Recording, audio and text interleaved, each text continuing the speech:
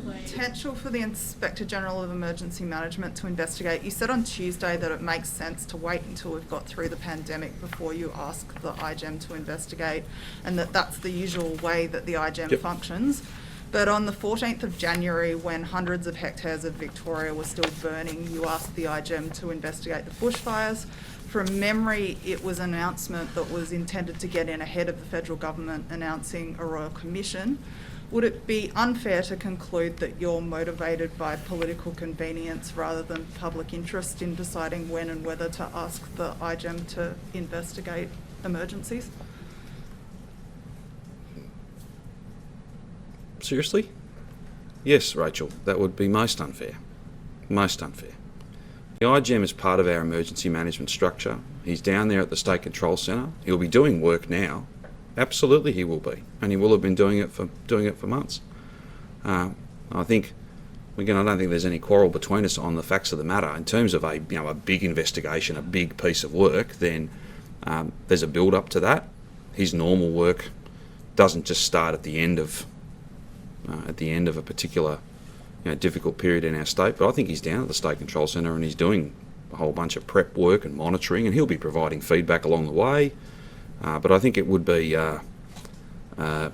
most unfair to conclude that, because I don't think anything that we've ever done would bear that out.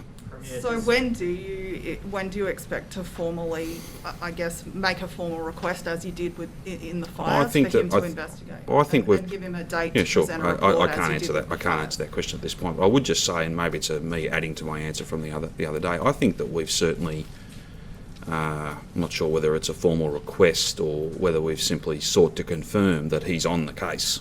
Like, that's what he does, and I'm absolutely confident that quite some time ago, if not myself, then the minister may have been formalised at some point through a cabinet process. But ultimately, he's a standing position for a reason, so that he can go and do that work in an ongoing way. And like he'll already be looking at our fire, the arrangements we're going to set up for fire this year. We've got the Bureau forecasting floods. He'll already be looking at that even before the disasters happened. So he's in the State Control Centre. I think he's well and truly across what's going on. He'll be providing updates and views, and he'll be well placed to do his normal job, his ongoing job, which he does every year. So I don't have any concern about that. Do you expect at some stage to formally ask him to write a report about the pandemic preparedness? I don't know, to be honest. What I can say is that I think he's almost certainly going to do that anyway. That's part of his role. That's absolutely part of his role. But I can't answer that question today. But as soon as I can, I'll be more than happy to outline what it is he believes he needs to do, what it is we believe he can assist us with. It's a standing position. It's not something that's set up for a particular set of issues. It's there, well resourced, really important role. And as you say, he was able to produce a very important report, and will continue to produce further reports, whether it's about fire, flood, whatever it might be.